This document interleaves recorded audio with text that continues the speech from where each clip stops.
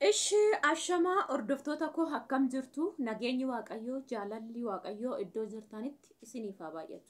Ani nagaa kooti galata waaqayyoo. Waaqayyoon haa eebbifamu ani saatii kana ga'ee jira. Egaa har'a waan lamaaf hin dhufe tokko yaada lama gaafii daawwattoota koo keessa na gaafatan isinii deebisuu dhufe. Isa dursa garuu chaanala koo faaraa warri taatan seenatii subscribe godhaa. Warri kaan immoo viidiyoo noo isinitti tolee share like gochuu hin dagatinaan isiniin jedha. Na duuba ta'uu hin dhiisinaan isiniin jedha. Gaafiin tokko jira kan obboleettii koorraa dhufe lama immoo yaadan isiniif dabarsuu jirutu jira. Maaliif yaada jiruudha keessa jirtu waan ta'eef jechuudha. Kanaaf isaan kana lamaan dhaggeeffachuuf immoo like gochuu hin dagatinaa dursa jechuudha. Viidiyoo akkuma saaqxaniini. Inni tokkoffaan maalinni seetanii yoo namoonni baay'een gaafii na gaafattu tokkoffaa dhiifama kan isin jechuu barbaadu gaafii na gaafattu imo WhatsApp Telegram seentanii 2-3 sana boodan koortee warri jettan jirtu. Isin warra akkamiiti jedhee yaada tarii viidiyoo koo yeroo kana keessa jiru ilaalle ta'uudha. Maaliif subscribe 8,000 keessa fakkeenya namni kan laalu nama 1,000 1,500 ta'uu danda'a. Inni kaani ani da'uu koollee biizii ta'uu koollee hin beeku jechuudha. Isini silaan isini deebine dhiifamaa kana booda na gaafachuu dandeessu isiniifan deebisaa yaada gaafii qabdanii jechuudha. Agan hojii kootti deebi'uu yaalutti jechuudha. Mana taa'ee isiniifan deebisaa yaada qabdan kamuu na gaafachuu dandeessu. Ani kan hin qabadhe isinii dhufe yaadni tokko yeroo kanatti saatii kanatti kaartaa baasuun magaalota giddu galeessa xixiqqoo ta'an naannoo akka kootii fakkeenya. Amma kaartanii yeroo itti ba'uu fi yeroo itti hin baane qaba waan ta'eef saatii kana babbanamee jira. Maatii keessa yaadachiiftanii warri kaartaa ittiin baafanne warri caraqaa isinii bitanii tarii irratti ijaartanii jirtan kaartaa baasuu dandeessu yeroo kanaan jalqabuu dandeessu dhaqxanii gaafachuu dandeessu. Lammaffaa jaratu isinii bilbila waan ta'eef jarri immoo yeroo tokko hin bilbilanii informationii fudhadhaati jechuudha. Maaliif ammuma barri jijjiiramu waan haaraa isinitti fidanii dhufu waan haaraatu dabalaa dhufa jechuudha. Yoo beektanii jechuudha. Birriin isaas akkaataan isaas jechuudha. Kanaaf yeroo kaartaan itti ba'uuf jedhan kanatti dhaqaatii baafadhaa jechuudha. Maatii keessanitti himadhaati. Kaartaa mana keessanitti baasuu akkasii jalqaban. Bargiit dafeen dhumu garuu jalqaba isinii jedha. Maali gizuma hunduma banaadha jechuu dandeessu. Gizuma hunduma banaa miti kaartaan yoo beektanii detail keessa galtanii yoo beektanii yoo ta'e. Fakkeenya waggaa keessatti hamma yoo jalqabe maskaramirraa yoo jalqabe amma xiqimtii seeneera maskaramirraa yoo jalqabe amma ji'a 5-4 kaartaa baasuu eegalaniit immoo gidduutti ni dhaabu jechuudha. Warri haaraa baasuu barbaadan faayila ni galchu malee hamma dhaabbateera jedhanii harkaa guuraniitu achi naqu jechuudha. Yeroo ta'e immoo fakkeenya ji'a salgaffaarra jalqabuu danda'u. Waggaa dhumaa hojjechuuf immoo ji'a salgaffaarra guuranii amma ji'a 11ffaa 12ffaa hojjetanii cufuu immoo danda'u jechuudha. Agasitti isa jalqaban sana hojjetu jechuudha. Maal jechuudha? Fakkeenya duraan gara gimbootitii kaasanii amma ji'a 12ffaa warra haararraa faayila guuran jechuudha. Faayila sana achi naqani malee hojjechuu hin jalqabne yeroo isaa miti. Amma garuu hojjechuu jalqabanii isicha isa guuranii jechuudha. Kan amma ammoo haaraa guuruun hin jiru. Isa duraan guuran sanatu ba'uu barbaachisaa jechuudha. Kanaaf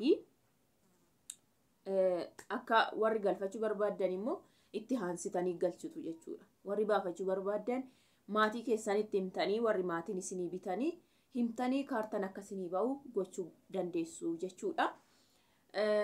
Isa kanaadhaan inni tokkoffaanii amma banamee jira jechuudha. Walumaa galattuu saatii kanatti bara haararra jalqaba waan ta'eef kaartaan ba'uu jalqaba eessuma irraayyuu jechuudha banaadha jechuudha. Inni lammaffaa maanii obboleettii koo tokkotu gaafii guddaa fi baay'ee gaafii namatti ta'u nama gaddisiisu tokko na gaafate. Obboleettiin kun yooga waan jirarraa kaatee dubbatte ifa.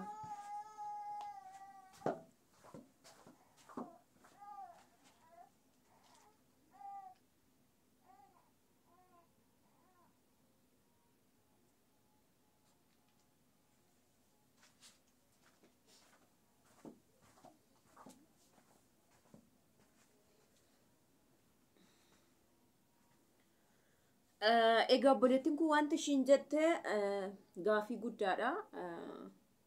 Dursa Waaqayyoon keessa haa galuun jedha. Akkasnaan jette ani ergan gaa'ela dhaabadhe waggaa 11 ga'eera jette. Waggaa 11 kana keessa daa'ima hin qabu. Ana ta'ee isa ta'ee hin beeku yookiis immoo Waaqayyoon nu dhawwate ta'ee hin beeku jettee jirti. Waaqayyoon bargixi nama hin dhowwatu. Durseen dubbadha isa kana malee yaada keessan galle. Gaafii ishee akkana jedha. Anaaf maal dhaamtaa? Arrabni namaa yaaddoon namaa baay'ee na dhiphise. Garuu Waaqayyoon naaf kakataa jette. Garuu Waaqayyoon yeroo baay'ee naaf kakataa jette. Egaa waggaan 11 baay'ee ulfaata akka ta'e ni beektu. Waggaa 11 jechuun baay'ee ulfaatadha. Akka dhala namaatti naannoo tokko keessatti waggaa 11 gaa'ela keessa taa'uun akka namaatti akka qilleensa naannootti nama dhiphisas nama rakkisas baay'ee tokko ulfaata jechuudha. Haa ta'u garuu obboleettii kanaan maal jechuun barbaada? Inni guddaan tokkoffaa Waaqayyoon nama hin qoru. Waaqayyoon nama hin dhowwatu namaaf kenna malee. Turuunsaa garuu si dhowwachuusaa miti. Yoo Waaqayyoon ta'e si abdachiisa jechuudha. Turuunsaa si dhowwachuusaa miti. Namoota ilaaluu barbaada, si qoree si ilaaluu barbaada, seexana si ilaaluu barbaada jechuudha. Si ilaaluu barbaada. Amma makkati qormaata kana dandeessu. Kanaaf tokkoffaa isa akkas jetteef kana si deebisuu barbaada. Lammaffaa waa'ee naannootiif gurra hin kennini. Waa'ee naannootiif yoo gurra kennite dhiphina qofa otoo hin taane tuqamuu sammuutiif of kennitaa jechuudha. Kanaaf umtuu akka hin jirretti naannoo qilleensi wal makaan akka hin jirretti dhaggeeffadhu naannoo kee jechuudha yeroo hundumaa haasa'a. Lammaffaan erga Waaqayyoon sii kakate abdii guddaadha. Namaa miti kan sii kakate.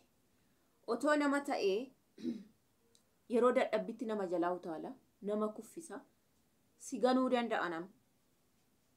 Waan kakate, waan waadaa sii galee sana si ganuu danda'a. Kana Waaqayyo sii kakate waan ta'eef waan Waaqayyoon sii kakate dhuguma jedhi. Maal jedha sagalee Waaqayyoo siite? Wanta hin jirre akka waan jiruutti fudhadhu hamaniiti siin jira. Kana jechuun hin jiru garuu duwwaadha. Jira jettee fudhachuu qabu jechuudha. Akkuma guutuutti sitti mul'achuu qaba jechuudha. Yeroo sana maalinni duwwaatu guutuu ta'ee sitti agarsiisa. Duwwaatu isuma dhugumaa guuta jechuudha. Sagalee Waaqayyoo keessa dubartiin qodaan shomtuu hin qabne goggogaan xabbitaan zayitii yookiin immoo akka bishaanii xinnoo jirtu jechuudha. Garuu ergamaan Waaqayyoo maal jedheeni? Dibata yookiin zayitii xiqqoo kana jirtu kana dhaqiiti. Okkote yookiin immoo maal jenna nuti waan gugurdaa san isaan hergifadhu qodaa duwwaa hergifadhu waan duwwaa hergifadhuuti mana naqiiti. Zayitii sana bicha xabbitti godhi amantiidhani jedhe. Akkuma namichi hojjetaan Waaqayyoo sun yookiin immoo namni Waaqayyoon beeku sun jedheenitti dubartiin sun maal goote jechuudha. Qodaa duwwaatti xabbitaa zayitii guutuu dhaaree jira nagaanii sana yookiin immoo okkotee sana yookiin barmeelii sana guutaaree xabbitaan zayitii garuu amantee waan fudhatteef ni guute. Gurgurteetuyyuu taappellaa dhaabdeetiyyuu balbala ishiirra bitateenii namni bitatee jedhama. Wanti yookiin qodaan 12 guutuun hafee jedhama. Irraa hafee tirfiirraa ta'e jechuudha. Idaa namaa baaste jechuudha. Dubartittiin seenaan ishii bal'aadha. Hidaa qabdi. Hidaa abbaan manaarraa fuudhee irraa du'e qabdi. Bakka hidaa sana namichi abbaan birrii irraa qabu yookiin abbaan gatii irraa qabu suni daa'ima keen fudha jedheen dhumarra gaafatee dedhabnaan. Bakka sanaa dhiphattee otoo jirtuyyuu namichi kun sagalee kana dabarseef sagalee kana hittime jechuudha. Akkuma hittimetti goote jechuudha. So duwwaadha jettee wanta tarra fudhattee yoo hamante guutuudha jettee ni ta'a jechuudha. Waggaa 11 guddaa goote lakkooftu kana Waaqayyoon sekondiitti dinqii sitti hojjate yoo sitti kenne maal goota? 2 godhee 3 godhee 1 yoo sitti kenne maal goota? Isa maal jettee raajeffachuu qabda? Kanaaf isa eegi. Inni kun akka jiru beeki. Isa kanaan of amansiisi ta'a. Isa waggaa baay'ee si dhiphise kana. Isa waggaa baay'eetti gootee lakkoofte kana sekondii godhiti. Sekondiitti yoo ta'e ni ta'a jedhii fudhadhu jechuudha. Kanaaf akkasitti hamaniiti fudhadhu sin jechuu barbaada.